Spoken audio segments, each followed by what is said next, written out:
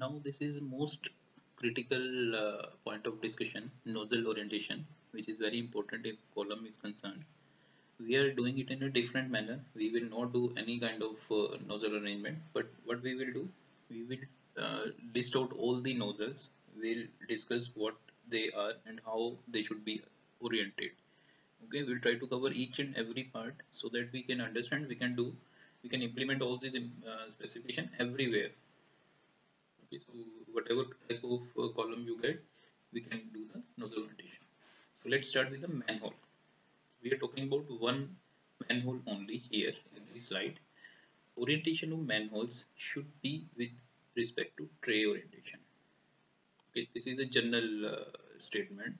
We need to see the column orientation, tray orientation, which are given by vendor only, column vendor. Then only we have to orient the manholes. How? Let us see how. Orientation of manhole, as far as possible, should be kept same across all levels. Okay, this is not a mandatory requirement, but if possible, all the manholes should be oriented to one side. If you see here, single pass arrangement, we are orienting manholes in this area. Okay, this is the area where manholes are oriented. Normally manhole shall be oriented towards dropout area within 30-degree segment of the column.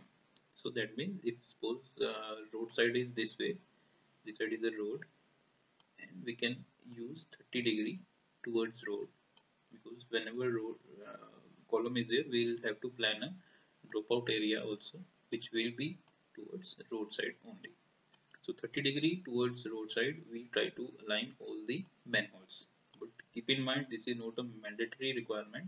This is a preferential requirement.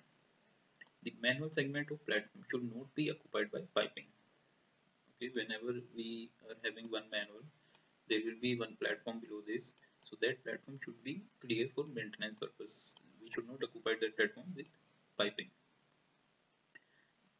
Manhole should be preferably oriented perpendicular to the downcomer. Okay, if you see here, the manhole, the purpose of lining this to the perpendicular to the downcomer is whenever a person is entering through this manhole, it should land on tray. It should not land on empty area. Okay, so that is the main concern here.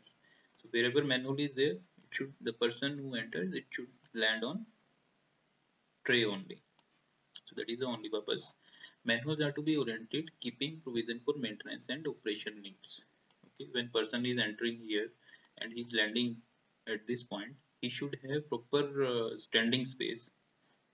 Okay, some area for movement, some area for operation and maintenance. So that should be taken care. Ensure that the internals do not block the maintenance access through the manhole. Okay, so that is the main agenda. When manhole is oriented, it should have the clear path for landing, for maintenance, for movement inside the column. Manholes are usually located at bottom, top, and in intermediate section of the column. So in a single column, based on length, there can be 3 to 4 manholes or maybe more. So based on that, we have to plan the orientation. So all these factors we need to take care while orienting the manholes. Okay. So this is a list of fundas which we have already covered under a 2-minute funda series, where we are trying to cover the topic within 2 minutes. In few cases it is exceeding more than 2 minutes, but we are trying our best to cover it within 2 minutes. Okay, we have recently started this series under the same oil and gas funda knowledge sharing platform. Earlier we had covered our 14 topics along with 62 videos. Okay, now we have covered we have started this series 2-minute funda, and we have added more than 100 videos here. So into altogether we have more than 200 videos now. I'm sure you are watching it under standard and HD format along with the subtitles. Many more are on the way, so stay tuned. I'm sure you are enjoying the videos. So see you in the next part.